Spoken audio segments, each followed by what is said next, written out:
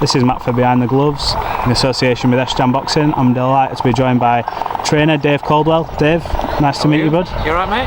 I'm very good, I'm very good. Look at the day who's coming in. It wouldn't surprise me if somebody landed on the helipad here. I tell you what, it's made for it, isn't it? It's lovely, innit? It's lovely. Some setup here, you know, it's for a bit of a gathering, bit of announcements, and you look at, you know, to the extent that Matchroom go to. It's next level, isn't it? Obviously you've got Hopey Price here. He's told me he's not had a confirmed opponent yet, but they're looking at getting him on the show. So has there been any more of an update on that and when they can? I've told him what kind of opponents I want. I've told him that, you know, 3 of the names that I'd like, real fights, real step-ups. So they're going to get back to me and let me know. In terms of which show he's going to be on, again, I'll find out today. He was originally supposed to be on in Milan, June 25th, and it got put back. So again, it's been put back again, and then so they said, right, let's look at getting him on fight camp. So yeah, that'll be good for him. What type of opponent are you looking at for Hopey? Because he's in that position where he's still learning his trade because he's very young, but he's exceptionally good, so it must be difficult to match up. So what type of opponent in terms of levels are you looking at putting him in with? So the couple of names that I've mentioned are Zaid Hussein, who we tried to get before, 16-1, Central Area champion, and Ramez Mahmood, who's a very good kid. I think he's about 14-1, something like that. So that's the sort of level that you're looking at. That's the sort of level that I'm very confident he'll go in there and do what he's been doing in the gym, sparring the likes of Jordan. He sparred with Lee Wood in the past, does a lot of sparring with Barry Kidgard, and getting a lot of rounds with Leon Woodstock. Sparring with people, sparring with grown men, sparring with strong physical men, and people that are above him in weight, because he's only a super bantamweight. I see what he's capable of, not just on a boxing level, but on a fighting level. And if somebody stronger gets on the inside, how does he cope with that? He's very, very advanced. He's very, very good. And more importantly for me, and this is why I can talk about these sort of step-ups so soon, is that he has got the most complete mentality I've ever worked with. Wow. And you've worked with some very serious fighters, and that's incredible. Not being disparaging to any of them. It's just that there's always things where with fighters where you just think, like say for instance with Bellew, sometimes he would see the red mist. Yeah, absolutely. So if he get tagged, then you'd want to. It's natural instinct. To go for the kill. As soon as you get touched. So that's what I'm talking about. I'm not saying it's in a disparaging way, but all different fighters. Say some fighters may doubt themselves more than what they need to doubt themselves, and think, this kid is so level-headed. You can talk big around him, it doesn't go to his head. You can give him a bollocking, it doesn't bring him down. You ask him to try something, he will try it, and he keep trying it until he nails it and pulls it off. And his rate of development is fantastic. So this is why he can move a little bit quicker. Now, I'm not talking about he's going to be fighting for a British title his next fight, he's going to fight for European title the fight after that.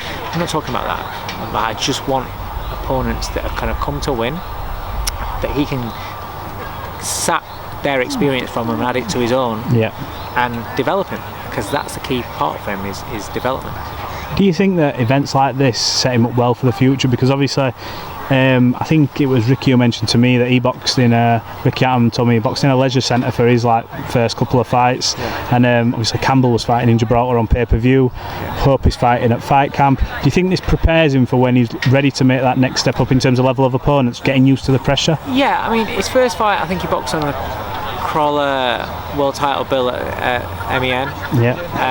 His second fight he boxed in Saudi on AJ's undercard. He's getting the big events. He's done fight camp already.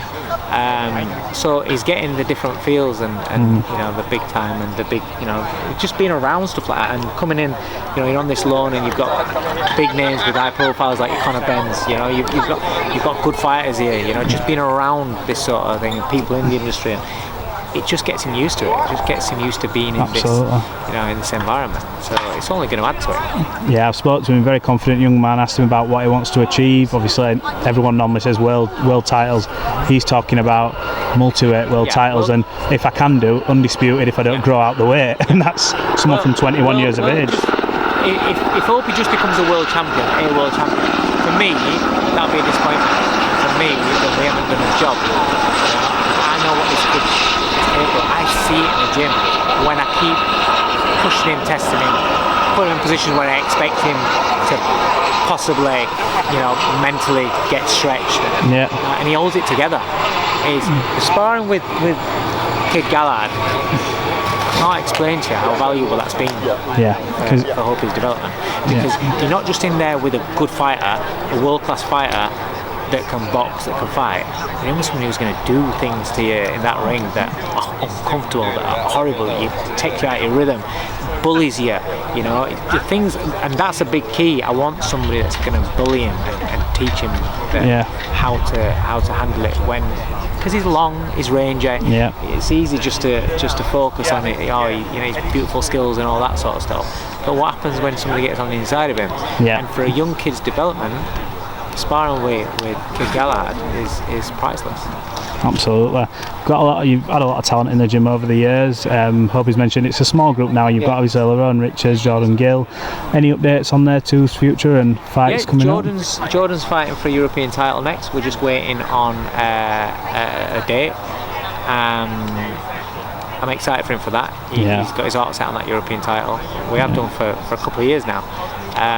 That was the route that we wanted before he suffered his first loss and only lost to Tinoco. It took a bit of time to get back to there, but now it's here and he's developed so much.